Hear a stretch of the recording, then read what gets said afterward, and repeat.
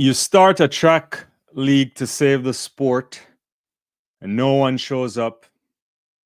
I think Grand Slam, we have a problem. Hi, everyone. I'm here to talk track and field, talk any sport you want, but I want to spend some time talking about this new Grand Slam league. I got a chance to watch all of it by now. I was traveling for the first couple of days, so I did watch it though on my phone and got back in time to watch the entirety of the third day session. And I have some interesting thoughts on it, and clearly it would be premature to think about what we may expect over this four slam series.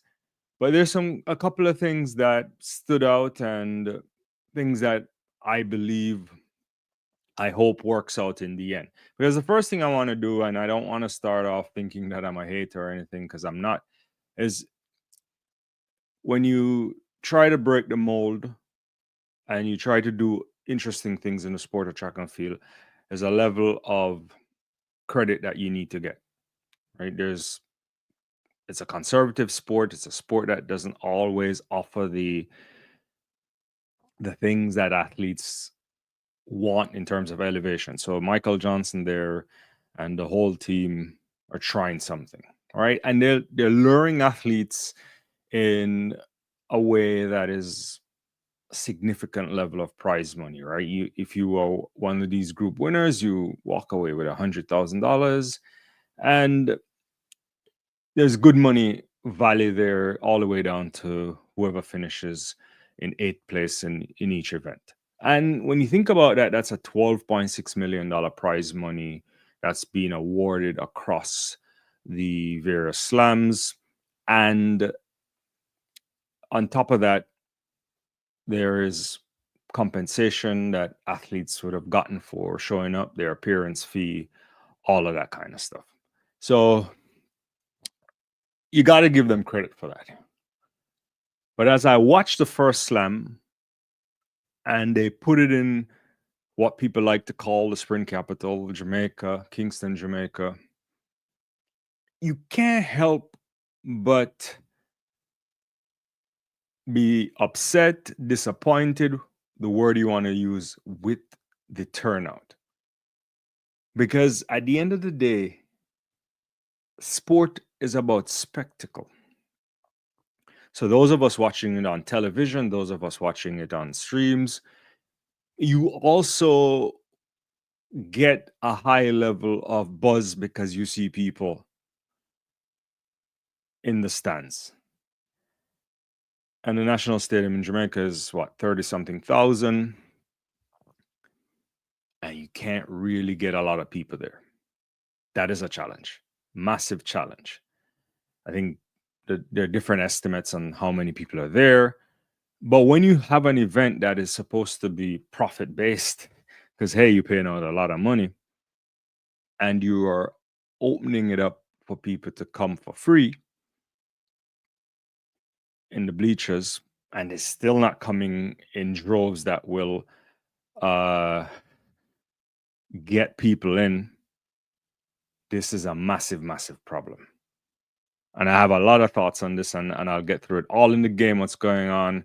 Good to see you. Let me just stop briefly and shout you out a little bit. All in the game is saying Grand Slam Kingston literally gave away thousands of tickets for free on day 2 to help pack out the crowd, and still couldn't anywhere close to packing out. It's embarrassing.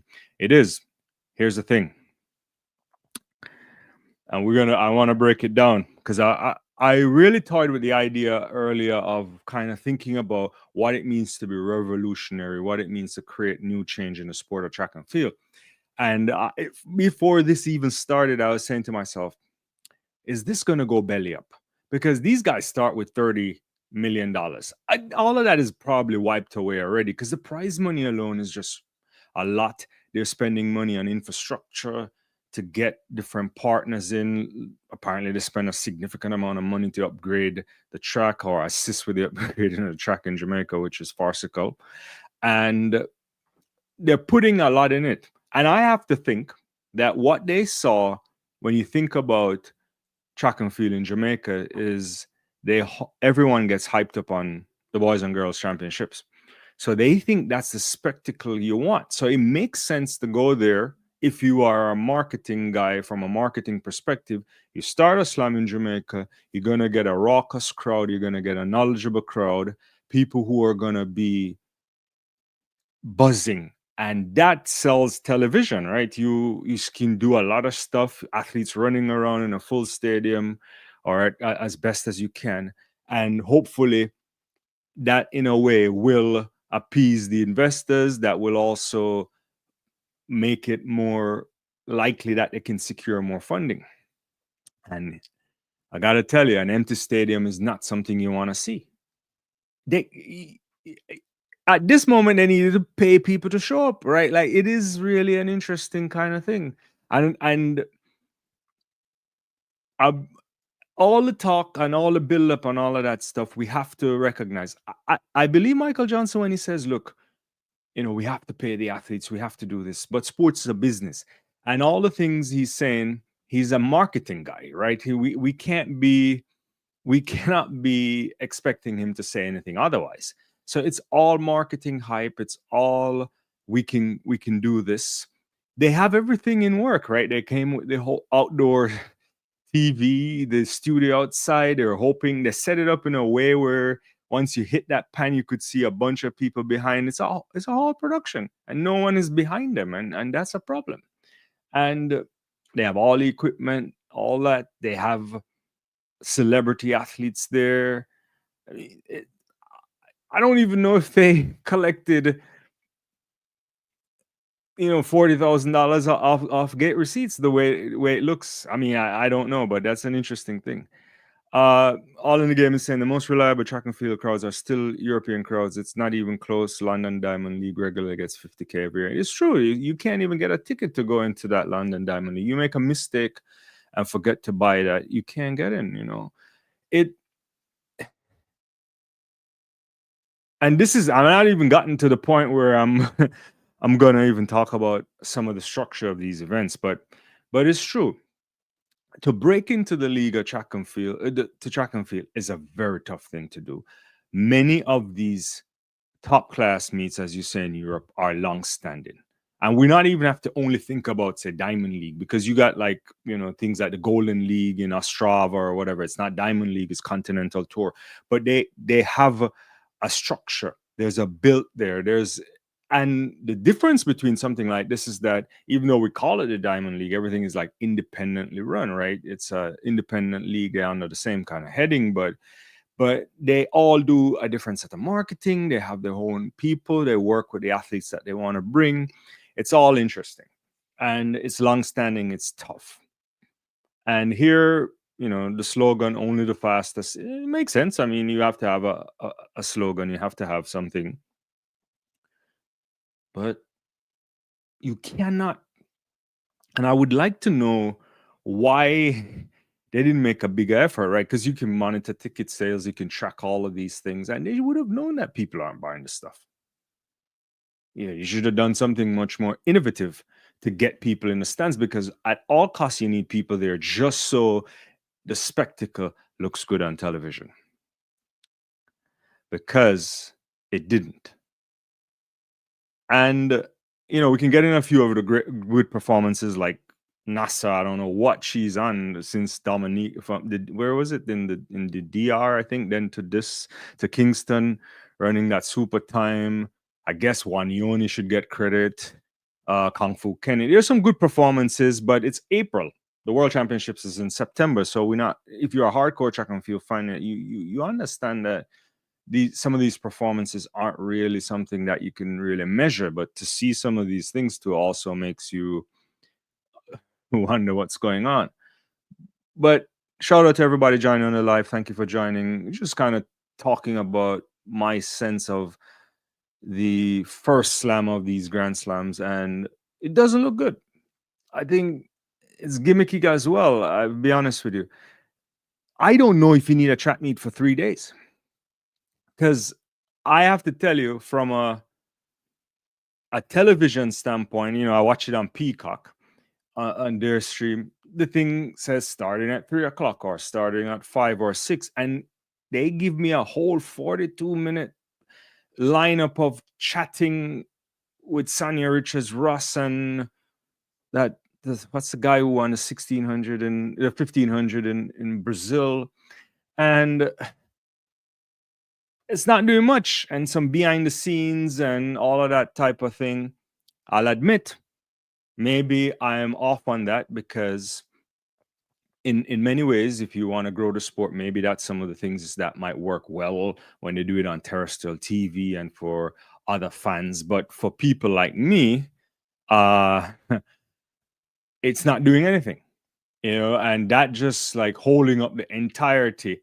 And I was talking to some people. I think one of my one, family member of mine texted us like, this is like the Tokyo Olympics, except they had COVID, right? So there's not a lot of people there. But I I just don't want to get it, right? I think there has to be a target audience beyond the hardcore track and field fans. So I'm with it. I'm with changing the sport. I'm with doing things that can gain new audiences. But I just don't know if that's really happening here, right? It is interesting. You got a whole how many hours for like 8 races. It's just not a thing. It's a drawn out thing. I get that you have to have it over multiple days if you're going to ask athletes to participate in multiple events. But the key thing about track and field, and that's why I'm telling you, you just can't run sprinting or anything on the track alone, is that if people have gone to a really good high quality track and field event, even not a high quality event, it could be like kids. There's somebody throwing a shot put somewhere, or there's a discus thing going on, or javelin, or long jump, triple jump. You can get distracted quickly. I imagine sitting inside of a stadium like this when nothing is happening for long periods of time is boring. It's like watching NFL football in person. I'm telling you, I've been to some games. I'm waiting, like, what's going on? Because this is all is stoppage, and that's a problem for me. All in the game got some comments here. Let's see. You're saying, I'm sorry, Sonya gets on your nerves. Yeah, I agree on this. It's not quite straightforward. Maybe they're doing a commentary for another set of people. All in here literally said there'll be downtime, that the field was filled with so much inane chatting in place of field events, and I was right. No, it is true. I think that's exactly what I'm saying. I was watching that time. I'm like, that's the beauty of having a full pack track and field event. When people go there, they just don't go to see races, right? And I think you could sell that. I think this is a challenge. And I right now on my TV, I see Michael Johnson talking, but I can't hear anything because I'm not listening. But I think they're going to put on a brave face and they're going to say great things. But this is nothing short of a disaster, if you ask me, because you just paid out a boatload of money for something that probably didn't put any revenue. And their partners, we don't know. And I have to say, I'll speculate a lot because I don't have the data. It's not like the Olympics where I have a sense of what NBC pays for to the IOC to run the Olympics, to buy the rights to the Olympics. How much did they pay Grand Slam for the rights to put it on NBC platforms? Not quite sure. Probably not a lot of money, but I suspect NBC would have been interested in some kind of high level track and field competition on a smaller side of the budget, especially since they lost the Diamond League to Flow Track in the United States. There's a bunch of European partners everywhere. So they have a lot of television access into it, but how much is that? Right? I'm not quite sure.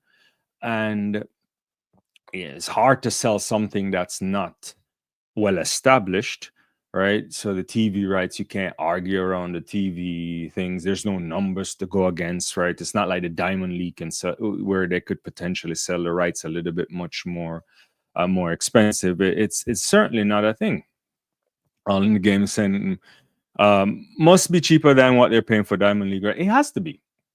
It has to be. And a lot of these people who are here, it's expensive. Like these guys got the guys for their timing thing was who did the timing? The is prime time timing. Those are the guys who do USA Track and all of that stuff. It's not cheap. They came with the kind of equipment and it looks good. The camera's running down. They have all the different displays there in the car room and outside. That's a pretty penny. So if that if they're paying for that, or maybe it's a partnership where you get some advertisement, but you got to have eyes on the thing, right? The production is quality is good, but if you're not having people watch the thing, it's a struggle, right? And I don't know. I think they went to Jamaica. This is my take on it, and they're like, if we can create or get something close to what we see at the boys and girls champs, then that would be fantastic. That would be fabulous. That would then make it right, and we could sell it. How many people are going to show up in Miami, Philadelphia? You think they're going to pull crowds like how Penn Relays pull crowds? I doubt it. LA, what's going to go on there? We must remember, and I keep saying this, there's a lot of things for people to do in entertainment wise in the United States. It's a competitive landscape. There's other sporting events. There is lots of other things that people can do. And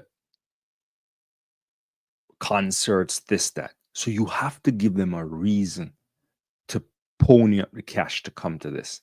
And not only that, you start something where you expect to see people over 3 days. You can sell those 3-day packages. But if you're not a hardcore track and field fan, I don't know if that appeals to you the same way, right? I give it credit that you're bringing high level competition on a side of the continent where sometimes you don't always get it, right? The European stuff happens most. The Prefontaine is what you might get for, or the New York Grand Prix. You'll get some stuff there where you see some top class, and you're splattering everywhere. I'm not saying we don't get it, but the majority of the top Diamond League meets happening in Europe, and you get a thing in Rabat and some destinations in China and so on. But you can't. This doesn't work. I don't think right now. I don't want to go too far. Track for All is in the house. Let me get a few things here. Get some of your comments. I know the stands are not full, but as a track lover, I love the concept of 2 events per athlete. I hope they can find a way to keep this going, get the stands full. Yeah, you got to work on the stand. I get the idea of multiple events, but some of it could be gimmicky. Like I think, first of all, those 1,500 guys should have done better. Like, you got to take Wanyoni out of a race like that, right? The pace was too slow. So he said it. They set it up for him, and he won. Then obviously Marco or Rupp come back and did something. They could barely go through there. I'm not quite sure. I'll be honest with you. Hurdles, then going to the flat 100, that didn't do much for me. The sprint hurdles didn't do anything, and it didn't help that they pick a stadium that I think all in the game might agree with me on this, and there's no resistance to win, so you have people running into headwinds of 4.5 and all that stuff. That doesn't do good for the timing. And on top of that, we're talking early season, so you won't necessarily be getting all that spectacular times. So yeah, I just don't know if that worked the way best for me, but yeah, we'll have to see.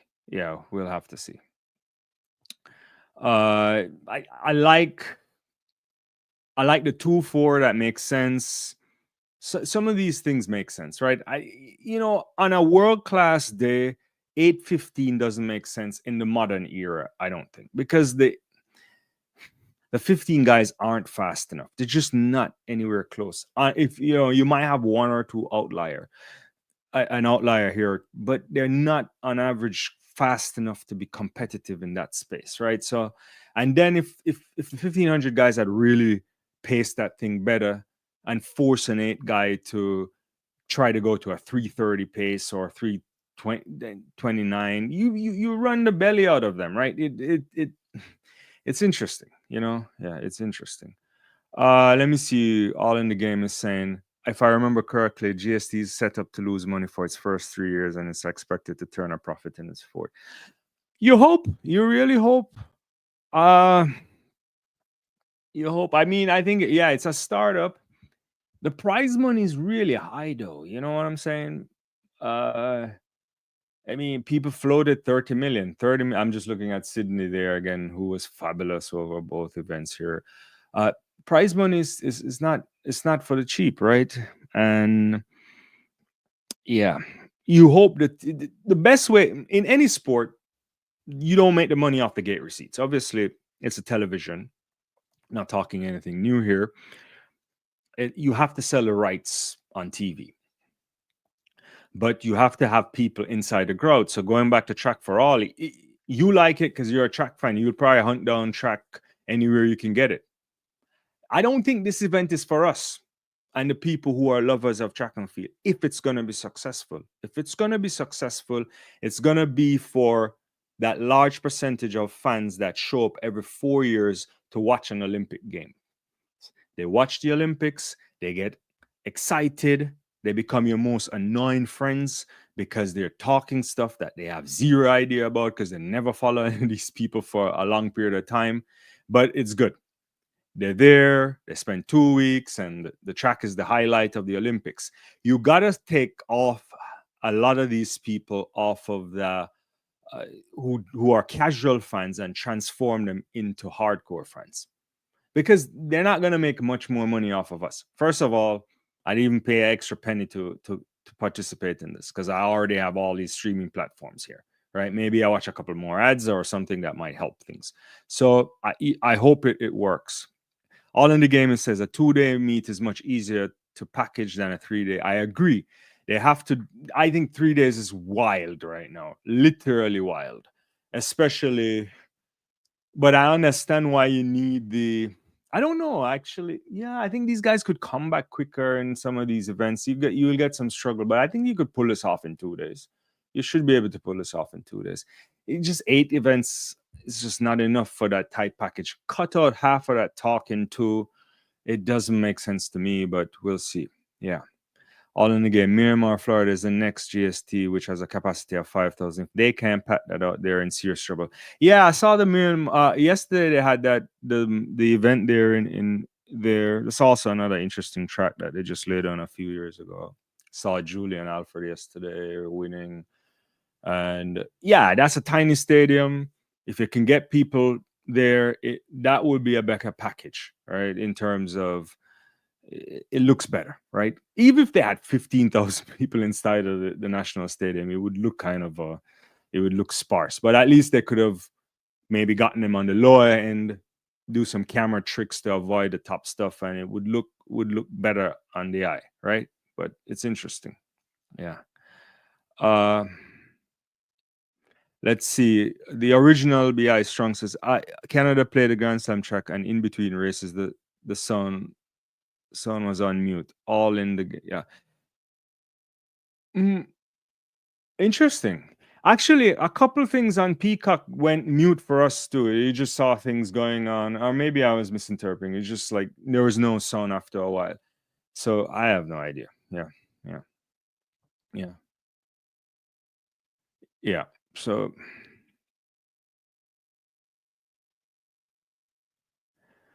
uh let's see what's going on. The week after champs is kind of rough still. Then next week is also is curved. I mean, but probably I don't know. It's a good point. Uh, I remember earlier when people were talking about the prices of this, and I can't remember what some. I think I saw packages for $200 for all 3 days, right?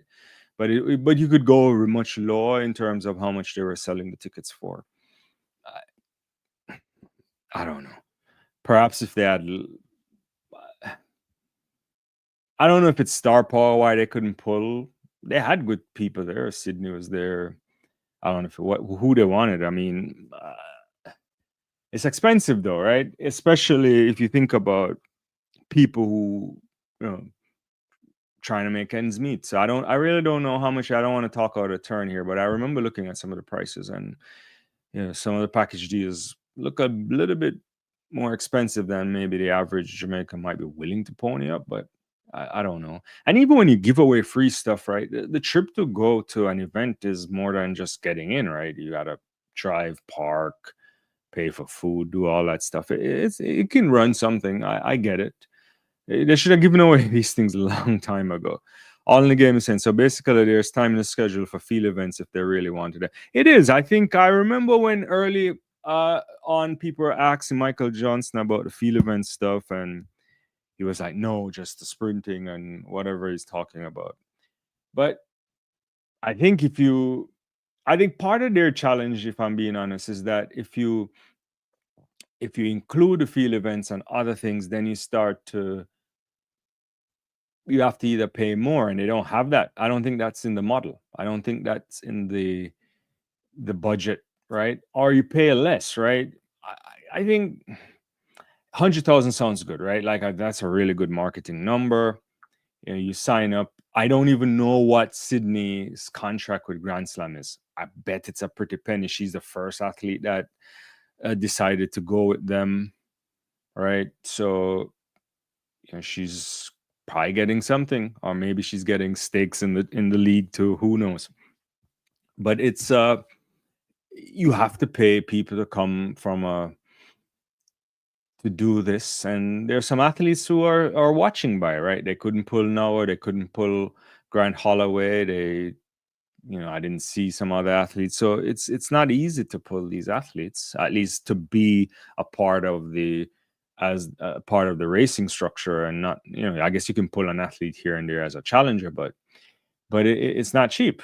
And if does 50,000 sound better if you were to use that as the main prize money and add a couple more events, add a field events here or two, maybe a long jump or something that could really make sure you have no downtime, because track and field needs consistent performances happening. When you just have weighted time in the schedule, I don't really get it.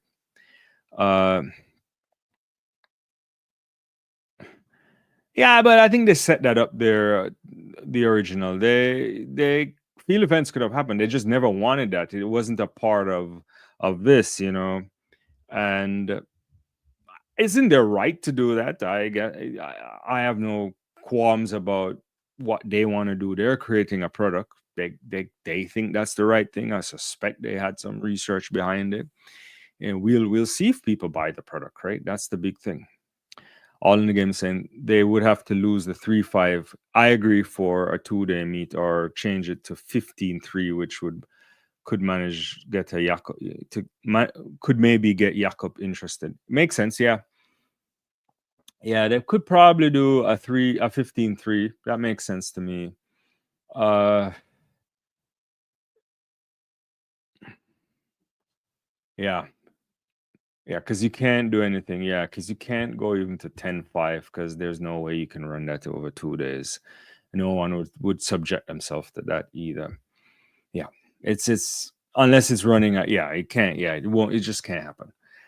Yeah, I don't know. I think 3 days is a pretty long time to have a track and field meet where there's not a lot of stuff going on. And so I would be worried, right? I really would be worried. This kind of financial the viability, the payout structure of this is tough, right? They're 10xing the Diamond League, right? Isn't, Diamond League, you win, you win 10. These guys are going up, This is a lot. Tenfold increase is a major financial risk. And they had to invest a lot in a lot of things, right? Into marketing, into infrastructure, in many ways, I suspect. When I look at the website, there's a bunch of people working there. There's a huge board, all of that stuff. It can't be cheap, right? There's, the revenue streams are interesting. And I don't know the numbers, but media rights deals are where all the sporting franchises or leagues or organizations make their money. And track and field just does not pay real money outside of the Olympics. And we saw this whole situation. Remember, was it last year or the year before? Or a couple of years ago, we saw the relationship, because I think USA Track just re-signed their partnership with NBC. The deal, the number wasn't in it. They had a press release, but no one talked about what the figures are. And I never saw any insider information from any journalist that could say this is the kind of package deal that they had. But one of the most telling things that that makes me feel like in the biggest media market, which is the United States, that they're not making money off of this, like it's pennies on the dollars, is when you had the US championships in track and field that wasn't being shown on TV because they rather fill the slot with something else. You know, that happened. When was it? Was it a couple of years ago for with the world, the national championships during for Budapest, right? Tell me if I'm wrong here. They didn't show it on television, or they show some of it on TV. And usually NBC's giving a prime time slot on a Sunday. But if the golf is doing better or tic-tac-toe is doing better, they're going to put that on television. And so that shows that there's issues there. So I really don't know. Let me get back to a couple of these comments here. The original says the 3-day looks kind of scanty still. We will see when they move to the next location. Yeah, as all in the game pointed out, it's a much smaller stadium. So if they can get people there, it shouldn't look that bad from a spectacle standpoint. Oh yeah, DL is now 20. Yeah, that's true. And 50 Diamond League is now 20K for event winners and 50K for Diamond League final. Yeah, they upped that up. I forgot about that. Yeah. In a response to that, right? And I guess that's even similar. And it's hard. I tell you, the thing about the Diamond League, which will still be in the minds of most people, because it takes time before any new initiative can really transform the way we think about the sport. At the end of the day, the way the sport of track and field is structured, the most important things are the Olympic Games and the World Championships. Can't get any way around that. That's, people look at the medals still, they still think that collecting that is good for their legacy, right? And then it helps that at the World Championships you get paid. Helps now that the Sebco said you could get money if you won at the Paris Olympics, and I suspect subsequently they'll try to divvy up some cash there to people who come second or third or whatever. They have that on the docket. Now, you come up with a new event. Diamond League also gives you a really, really good way to get into the World Championships, right? If you're the Diamond League winner, you can make it there if something goes awry at your national championships. And so you still get an opportunity there, obviously under some circumstances, providing that the defending champion isn't from your home country. It's hard to beat that kind of stuff. Literally hard to beat that kind of stuff. So you have to come through in some interesting ways to do this. So I hope it works out. I hope they get good media rights deals, but I doubt it. I don't think they're pulling anything. I don't think they can compete right now with even the rights deals that the Diamond League has. And I don't think that also is particularly high. And so that's one thing there. Sponsorships and partnerships are the way to go, but those things go, there are a direct relationship between the kind of sponsorships or the partnerships you can develop depending on how the interest of the sport is, right? So if we can get a lot of people watching, going to the events, then you stand a better chance of getting partnerships there. If you don't, problematic. Gate receipts, you imagine, should be the least of the revenue structure. And as we saw here in Jamaica, in the Jamaica event, they probably made no money. Probably not even enough to turn on the lights. I don't know what the cost to turn on the lights in the national stadium is. I can tell you for other places, but it requires a certain amount of people. Once you start an event like that, the whole operation side, the security, the everything in some places you started, it's like $2 million, like just to turn on lights. So I don't know what that looks like for the Jamaica National Stadium, but I'm not quite sure they pull any money there. And so yeah, and then they got to think about all their merchandising and all that stuff. I don't know if they're going to sell anything, so we'll have to see. What's going on, Shamar? Oh, you're not hearing me? Did I go blank? How are you doing? You're not here. Ah, my producer said I'm doing good. Hopefully you're doing well. All in the game says no way they made enough to pay for the athletes' hotel accommodation. Oh yeah, ain't no way. And I mean, they're living big life. They're flying them in. They're having all of these spectacle pickup. That the big winners of Grand Slam track so far are the athletes that decided to show up. Definitely the athletes that signed on as racers, as being part of the league. And if you just popped up, Tia, look at that. Look at the hurdles. Came in, made a pretty penny, right? Last minute call. Jenna Prandini just ran through and, collected price. If you are an athlete, you love this stuff, right? And you might feel like you deserve this stuff, right? I no doubt in their mind, I suspect that that's what they're feeling, and you should be paid. I believe track and field should be elevated in levels where the revenue should come in. But the truth is that can't happen if a lot of people don't watch, right? You have to have wide things.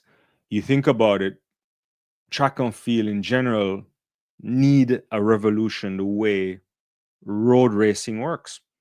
The marathon guys are baiting, right? Like the money over there is next level. And that's because, part of that too starts in the United States in the 1970s run culture, gets a lot of people involved, everybody and their mother thinks they can run a marathon, which one's one of the dumbest things that you can do, especially when you're a couch person.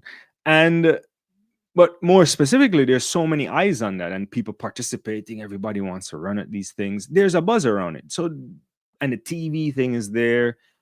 You know the big marathons, your Londons, your Japan, your Tokyo, New York, Chicago, Boston, the one in Germany. They're pulling in serious cash. Real eyes on it on TV too. Real participation. You can see where they can turn that over into the athletes. Track and field, sprinting, that kind of stuff, not there yet. Got to do something there. Let me get back to your comment here. All in the games, and yeah, Tia Jones and Jenna Prandini made 50K at last minute replacements. Yeah, good for them. That's the kind of stuff that's working for them. But sports are business, business first. Can't put if you can't turn a profit at some point and show that that will work, then the viability of this is tough, right? And they're not the first to try their hand at things like this, right? Uh, in the 1960s and 70s, there were leagues trying to pop up with John Carlos and Tommy Smith and uh, Wyoming Tide. Didn't work, didn't have money. In the 90s, there are a few things popping up. We saw that interesting thing there in Australia, that one-off event was called Nitro with Bolt was there and all that stuff. So the appetite to change the sport and do interesting things is often there, but if you don't have the funds, if you don't have it working, it's tough. The biggest challenge for the sport of track and field is expanding beyond hardcore track fans, because people like you and me here will go searching. I remember the days you just like searching the internet to look for results and trying to find a stream and all that kind of stuff. Things much better now, but it's not in the space. And I know they're spending a lot of money on advertisement. They're trying to go on the talk shows in the United States and all these different places to see if people will come out. But I hope it works. They really need to have a clear plan to attract the casual sports viewers As I mentioned, I've been kind of going around this in circles, but there's no other way for them to move forward. And to compete with the Diamond League is not easy because that's a full-on track and field event. That's a full-on thing that's operated by individual partners. The guys in Monaco, they got it on lot. Brussels Diamond League, they know what they're doing, and they've been doing this for years. And there's people that are showing up for these things, right? And they come, they fill it out, and you can toy with, okay, maybe I get 1 or 2 stars here. I can attract them. I can pay them 100K appearance fee, or you name it, and they come up, right? This is really, really tough. And all these financially decentralized models, I don't know if it works in the Diamond League context because World Athletics create the conditions for it. I don't know if this will happen here. And so I I really hope it works, and because I want to see the sport succeed and grow, but you just never know what will happen there. I will wait to see what happens next week. All in the game is saying the Diamond League been throwing shade at GST on social media all week. Have they? I haven't really. I didn't see all of this. So, like, what are some things that they're talking about? I did see one tweet about from what's the league that the women had, Atlas, or am I pronouncing that correctly? That they started last year. I think I did see one tweet from them on social media, but I haven't been on the social media enough to see what's going on. What are some things that they've been talking about there? Yeah, cool. But yeah, that's so I wish them well. I hope they learn some things, and it's not gonna go bust this year, I don't think. But there's a lot of things that they need tightening up on, right? I will withhold some of my judgments until we see what happens in Miami, Philly, and in LA, and then they can go forward. They're making fun of the crowd size, how it's not a global league like the Diamond League. Yeah, yeah, it is. It's it's tough, and I think I know I've been saying it, but they went to Jamaica thinking that they're gonna get a champs crowd on on a Saturday night or a old school Friday night or so, and it's just not. It didn't happen, and they couldn't. Not even with freeness, it didn't work, and that speaks volumes here, right? That really speaks volumes. They need to have contingency plans ready for the event in Florida in case people aren't buying up these tickets. Yeah. And it's an April meet. Let's get back to that, right? It's hard to pony up certain level of cash when you know some people are just coming out of background training, right? It's very hard. What's going on, Clip? Good to see you. Yeah. And but let's go to what is Nasser on? Like, how in the world is she running back to back for uh sub 49s? Right? She was uh in the DR in was it the DR she was in last week? Yeah. Running what 48.94, then comes back here on 48.67. What's going on there in April? Even Gabby Thomas going 49.14. Like, maybe that 2-4 should be in our prospects. It's interesting. A lot of good running too. Obviously, Paulina running 49.33 is also super, super, super fast for this time of the year, especially thinking about how fast you need to be at the end of the season, right? That's something there. I I wish I knew, right? There is that. Outside of that, I'm trying to think off the top of my head, like what are some other spectacular stuff that we saw. Can't really say much, it's the short sprints. I mean, it's Kung Fu Kenny running. Yeah, he was run well too, close to sub 20, but not quite. Uh, yeah, April early season, especially with a long season. There's a lot of calculations going on, so I'm not quite sure. But we can talk about some of those performances if you want. Yeah. All in the game says someone dipping under 48s this season. Love one only embarrassing the 1500-meter specialist. Let's talk about the one only thing. I think I love that. I saw that and I was shocked. I wonder if those guys came in thinking that we have 2 days, so we don't want to push it. But if you are in touching distance and you have an 800-meter athlete there of his caliber, he's going to outsprint you. In fact, all those 800-meter guys are going to outsprint these 1500 guys. It's just not gonna. It's not a fair fight when it comes to that part of the race. So you have to pace him out. They were crawling in the stadium, and that put them at a disadvantage. And in a way, he may have paid for it too, right? Because you saw him come back, and I think Marco Arap was strategic in the 15. He knew he had nothing there, and he basically just motored around, and he came in and he pushed it, and what was it, like a 145? So it's nothing spectacular, but you could see Wanyoni was struggling to, because to go back-to-back days on that in things that they haven't done is interesting. I wonder what kind of impact or secondary impact stuff like this can have in the future. Maybe they're going to be better athletes. Maybe we get better times. Could also lead to injuries. Who knows? Now, someone dipping on the 48s this year. I think you might be right on this, all in the game. I think you might be right on this.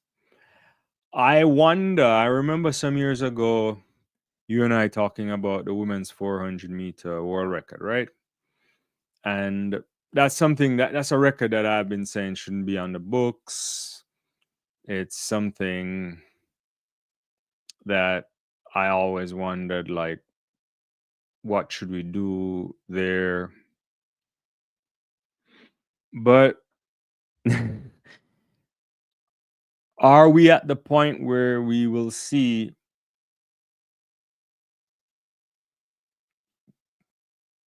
a bunch of women going sub 48 in the next few years? And 4760 is still way out there. But if we look at the current landscape, you got Adelike, you got,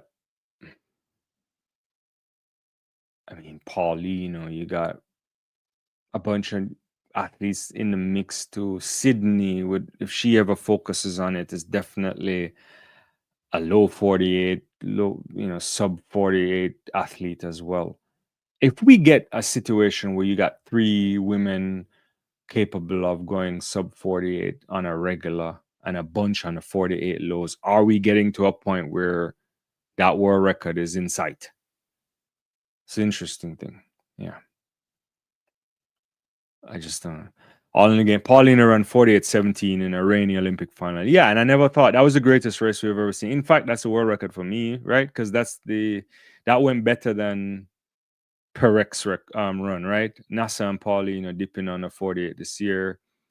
Shawnee. Can Shawnee get back to that level though? It's interesting, but yeah, she's still. How old is Shawnee now? 30, 31? Nikki Price. Price doesn't look like someone who ran. Yeah, she looks totally different. There's that Whitaker kid this year. I don't know if she can run great later on in the season. What will you get from Amba Anin? There are some athletes. I think right now the benchmark in women's 400 meters is you got to be able to get in that kind of 48 mid to be guaranteeing yourself a podium placement, right? And then below that, what if the likes of a Femke Bowl decides to kind of step in and say, all right, I'm going to do some 400s now? That's a different kind of angle there. You could get some high level quality. I don't know, Kazmarks probably can't get to that level. So there's some interesting potential there. I'm trying to think if there's any other athlete, like even an Alexis Holmes. Like I wouldn't sleep on her in her ability. I don't think her ceiling is a sub 48, but it's definitely maybe mid 48s is a thing there. You look at her body structure and that kind of thing. You're like, the right conditions, the right work, she could move, you know. Yeah, interesting setup there. Clip is saying, I feel bad for MJ because he definitely expecting a champs crowd, but we all know that that wasn't going to happen. Well, if he was expecting that, that's legitimate. The real question is who told him that? Because you don't guess on these things. They do marketing research for this. They have to have a sense of where ticket sales are and how it's pushing in interesting ways. I remember I'm listening to a bunch of these. I was watching all these development meets on YouTube in Jamaica, those central champs, the middle champs, and the Eastern champs, and all these different things, or whatever they have, Velocity Fest they call them, and they would be giving away all these tickets, so there was I would suspect an effort to try to drum up support, but I'm not quite sure where the attraction is. And also, if we think about champs, the champs crowd hasn't really been as fabulous the last few years too, especially with the shift of the 100 meters to early in the week. We don't get that same level on a Friday anymore, right? So the Friday, Saturday is usually the days that really pack the champs. And when you think about how they shift the schedule, which I'm in agreement with, because you want to mimic as close to the international standards as you can, but it wasn't doing it. So I don't know. There'll be a next year, so they have to work on it. They have to really, really work hard on it. I think they learn a few things. They added some of the champs athletes to the program, which is good. I didn't get to see that because they didn't show that on the international broadcast, but I don't know. Maybe that's what they intersperse when they're doing their downtime. I don't give the kids some prime time as well. All in the game. Shawnee turns 31 on April 15. Just want to see her. Britton Wilson. Oh yeah, forgot about her. Back healthy in the event. Whitaker, Adelike, Annin, Kaylin Brown are the next sub 49 athletes for me. I agree there. Uh, you put Gabby on a 2-4. The 2-4 program is really hard in sport. It's not a thing for the faint of heart. It's a few athletes over time that's managed to do that. Koch did it, obviously, but we all know that. Perek, Michael Johnson. To be successful in that kind of space is interesting. But I like where 400 meters for women is. It's a healthy space. Like the hurdles, it's really, really healthy. And who would have thought that would pull off of that stuff there? But we'll see. They should have gave Freetown tickets. I mean, they gave away so many free tickets, and people, but maybe at the last minute, so we don't know.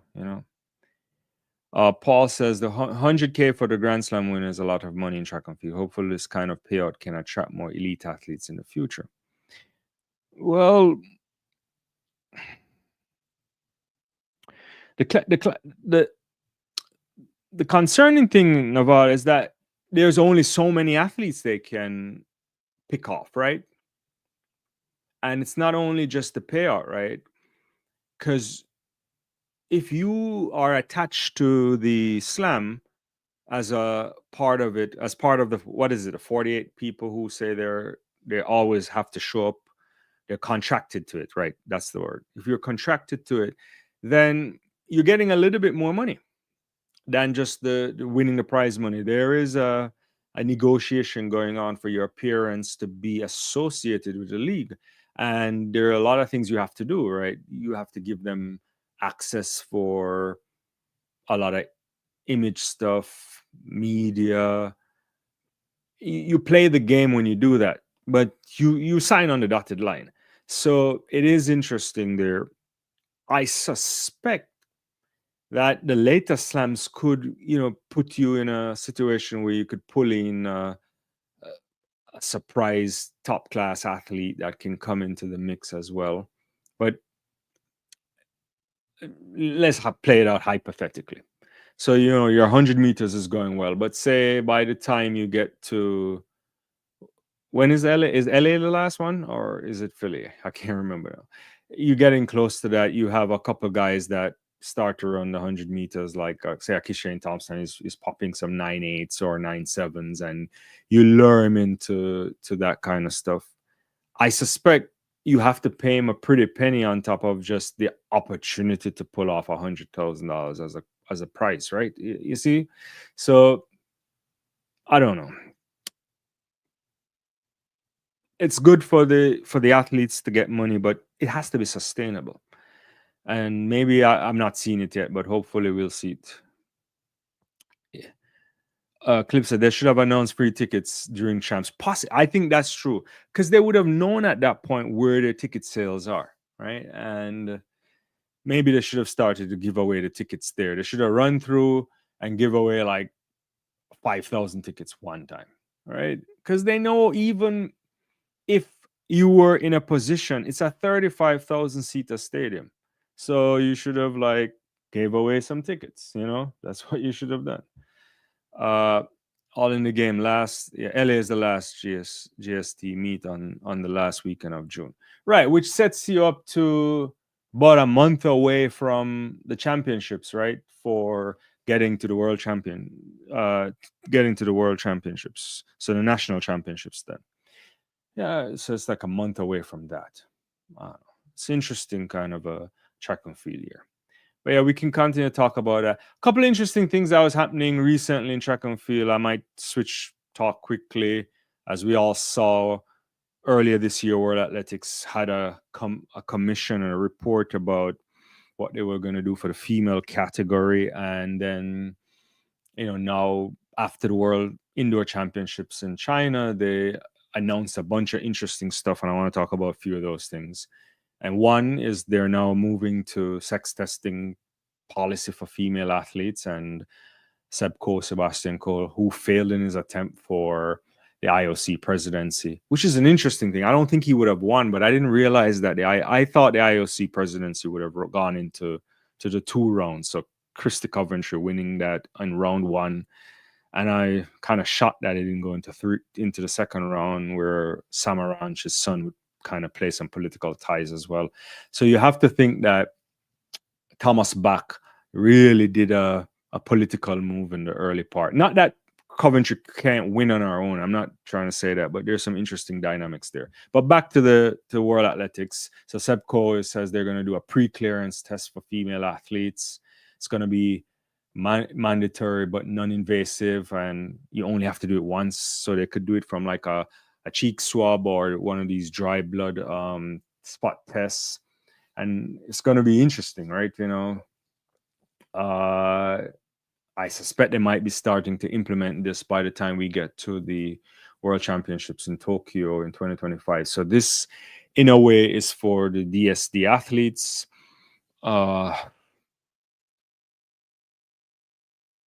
Again, it might raise some interesting questions, but the sport of track and field is always like this. If we know anything about the sport, there's a historical legacy. By the time we get to the 1950s, there is some formalized testing for checking of athletes. It used to be visual, then they went to visual/physical. They went to non-invasive approaches, and for a long period of time, that was in the framework until like the early 2000s, if I'm not mistaken. And so now they're going through a few things, and I think the way they're setting up their policies, it suggests that will fly pass muster rather at the Court for Arbitration for Sport. So we'll see what's happening there. So far, they've been pretty good at the moves that they've made over the last few years. So I'm not quite sure. My concern is, again, the privacy part of this, in the sense that what happens to an athlete, and if you pick this up really early, relatively quick, that you can then transfer this to a medical type of thing. Because what you don't want happening is World Athletics or any governing body overseeing people sex testing and all of that type of stuff, and it becomes like a big scandal in the news.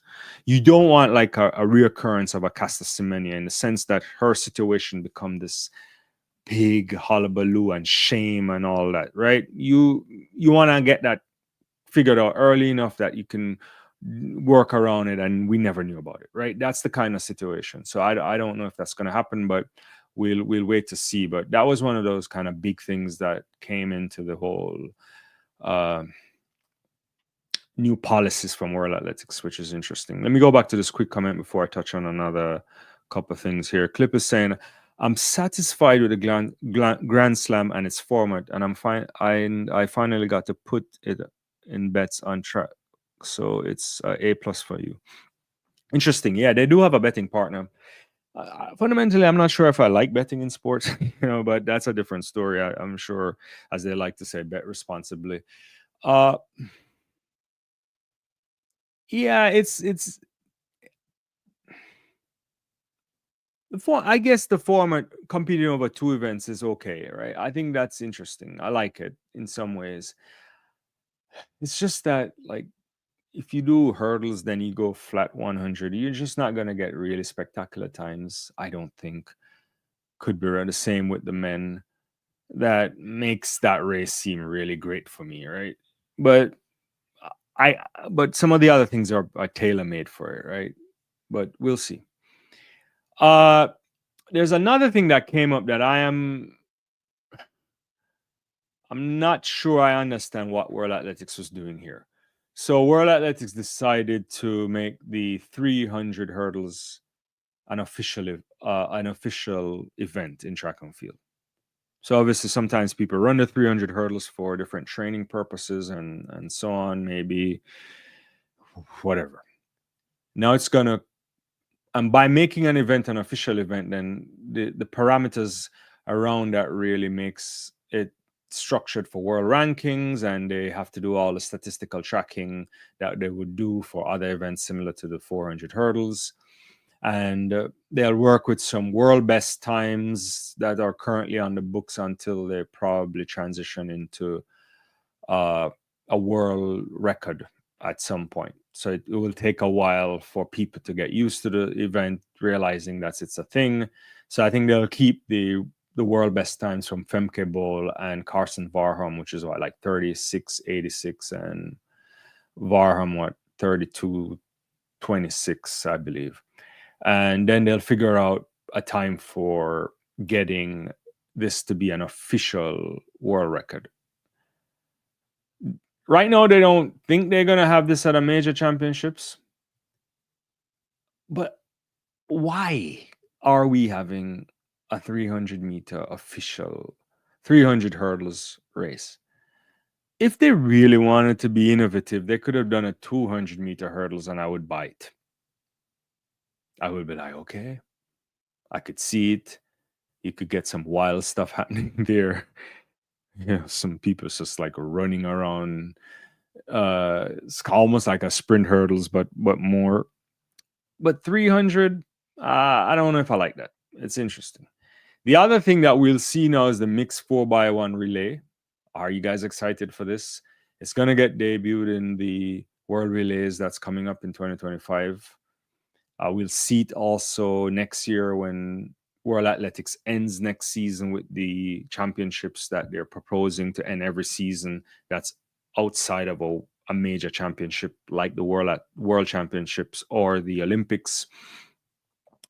And so they'll do 2 women, then 2 men to do as the format. That might be interesting. I can see this. I think anything sprint related relays will have a bit of interest.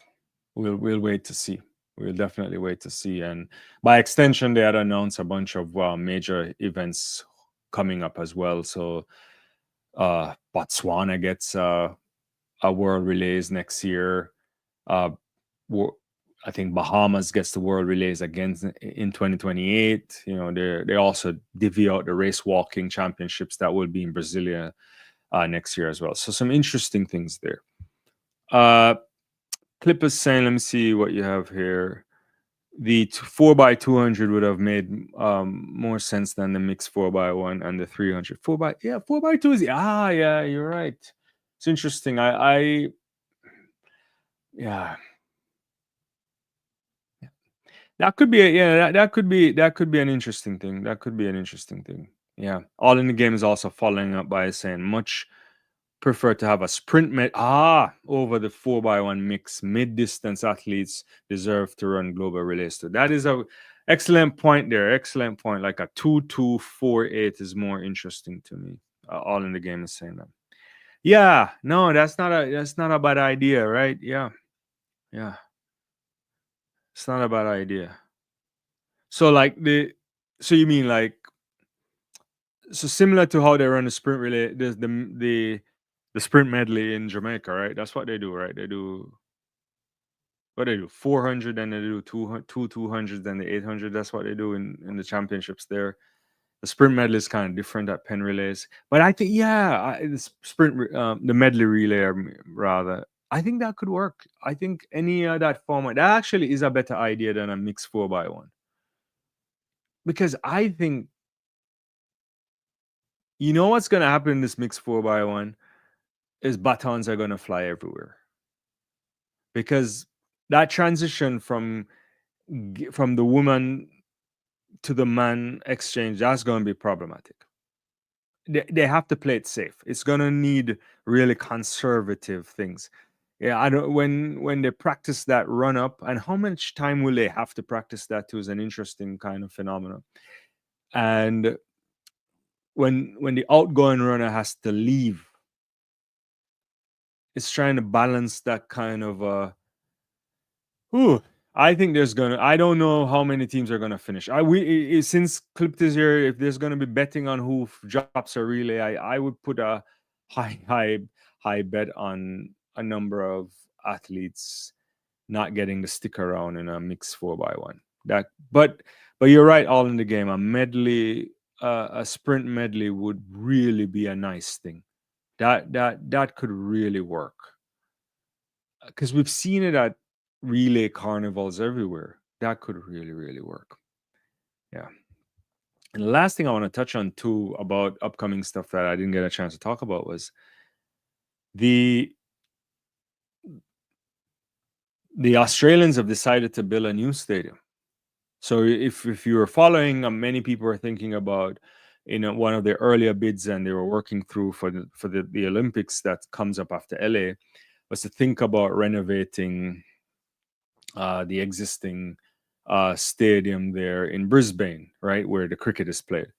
And it turns out that with all the kind of whatever architectural work they did, the research and background work, it turns out that it makes better sense for them to to build a brand new stadium. So they'll build a brand new stadium in Victoria Park, 63,000 seat a stadium for the Olympics. I believe that could even be a little bit of an expansion if I remember correctly. That would be neat. Brand new stadium for them. It's going to be right in the city area. It's going to have green spaces. Potential cost right now is somewhere around 2.3 billion US dollars. The idea is going to be a lot of private funds involved too, public-private partnership, I imagine. And then after that, they'll definitely use that for cricket and Australian Football League, and it's going to be a multi-sport event, right? Multi-event facility rather. So entertainment and sport. And so they're going to do a bunch of stuff there, redevelopment of the aquatic center and so on. So I like it. The big issue though about that stadium, if you are not a sports fan, and bear with me if you're not a cricket fan here, is the fact that because of this new stadium that they're going to build, the Gabba will be demolished right after the Olympics. And the Gabba is one of the great cricketing cathedrals, and they're going to turn it into like a residential area. And as a West Indian cricket fan and a big time cricket lover, I mean, some of the great performances there at the Gabba, Most recently, I mean, obviously, West Indies cricket has been in doldrums, but if you remember the 7 for 68 from Shamar Joseph there with the broken toe in 2024. Uh, I remember Courtney Walsh's a hat trick in 1998. I remember in the Gabba that was really really good. He had like interesting hat trick there.